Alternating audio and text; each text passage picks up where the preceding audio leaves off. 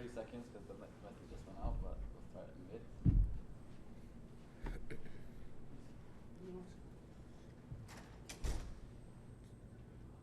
Alright, just if you have a question, raise your hand. We'll give you the microphone. We'll start with English questions, please, and then if you have any French, we'll be there. So first question, please, in English. Yeah, right here. Hey, Alex, this is Ruben Srinivasan from Yahoo Sports.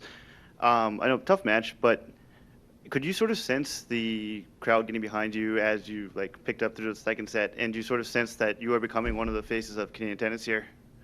Yeah, I definitely felt the support out there. I just had to hit a few good shots, keep good energy, and I knew they would try to get behind me, and obviously I hit some pretty cool shot at the end, and that helped a ton. Oh, in there. Bring it or?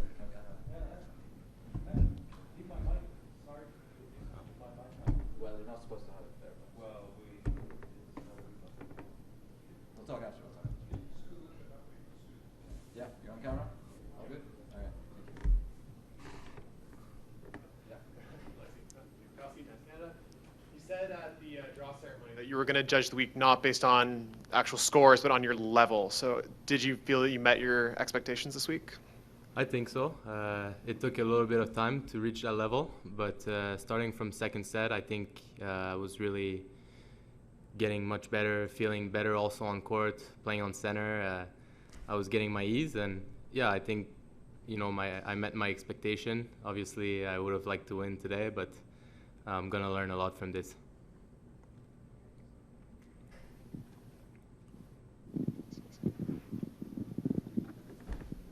Hey, Alexi, Ben from Match Point Canada. I guess, are you a player that you find you learn more from wins, or do you learn more from losses? And what maybe did you learn today? I definitely learn more from losses. I think when I win and I kind of surf the wave and maybe don't analyze as much as defeat, because I think I get more emotion from losing a tough battle like today. So I think I'm definitely going to learn a lot from today, including, maybe, keep getting better physically, keep learning about what my patterns are best and stuff like that. And just to follow up, taking a player like Cerundolo, top 30 guy, to 6-4 in the third, what kind of confidence does that give you maybe for the rest of the season? Yeah, a ton. I knew I had the level, but, to bring it again on center court in front of the Canadian crowd, I think I can be proud of that. The next step is to take out a top 30 player, so hopefully next year or even this year I'll get some more chances at top players like this.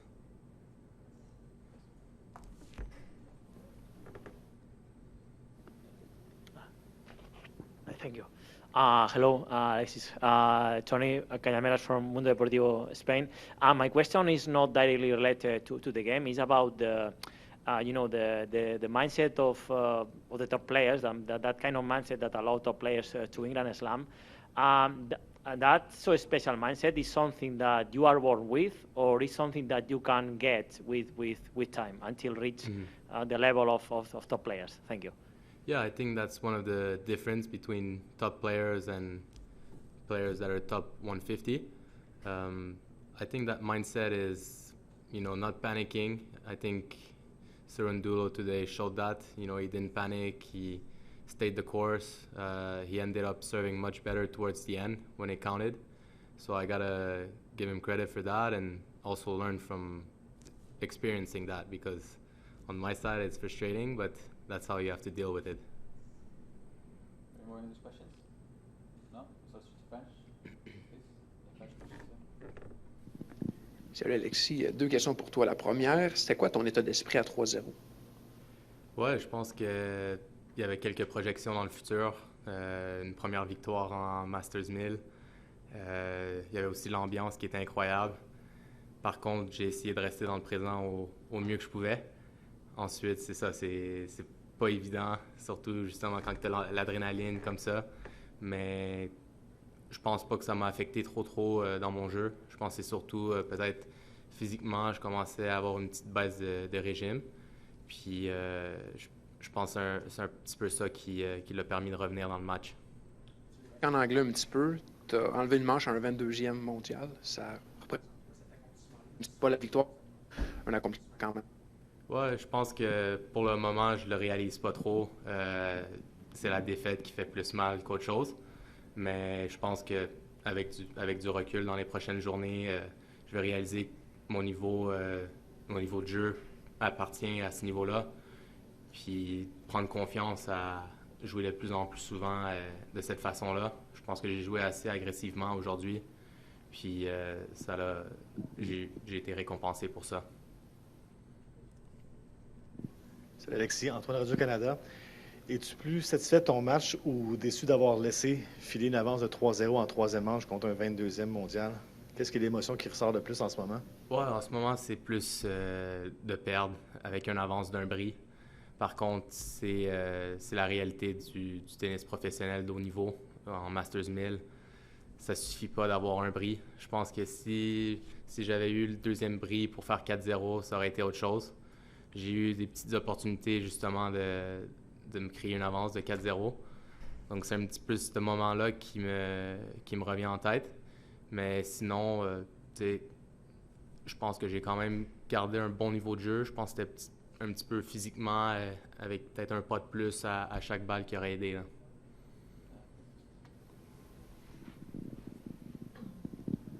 Salut Alexis, Jessica du Journal de Québec. Qu'est-ce que. Je pense que je l'avais évoqué un peu en début de saison, tu sais, que c'était un petit peu plus compliqué. Puis, tu sais, que j'étais retournée à l'entraînement chez toi, puis tout ça. Puis, je me demandais qu'est-ce que ça t'apporte en ce moment, tu sais, ton résultat à Grimby, puis ton match d'aujourd'hui pour la suite. Tu sais, est-ce que tu sais, ça t'encourage, puis tu sais, ça t'apporte des bonnes émotions pour la suite? Oui, c'est sûr, c'est sûr. Je pense qu'en début de saison, de retourner à la maison, retourner un peu aux sources, ça m'a fait beaucoup de bien. J'avais eu justement un petit pépin avec mon poignet, donc c'était pas évident, mais justement d'être à la maison, passer un peu de temps avec la famille, ça m'a permis de bien préparer ma deuxième demi-saison. Puis ben là, elles viennent de commencer, puis déjà des beaux résultats, donc c'est super encourageant pour la suite. Puis ça va être de continuer dans cette lignée-là parce que j'ai envie de jouer plus souvent des tournois comme ça, puis de me mettre en situation de gagner contre des gros joueurs. Last two, please.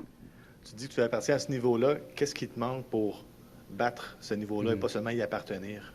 Ouais, je pense que c'est surtout apprendre à mieux gérer les moments, mieux gérer justement, tu sais, comprendre qu'est-ce qui fait de moi un joueur de ce niveau-là, qu'est-ce que ça me prend, tu sais, en termes de pattern à exécuter.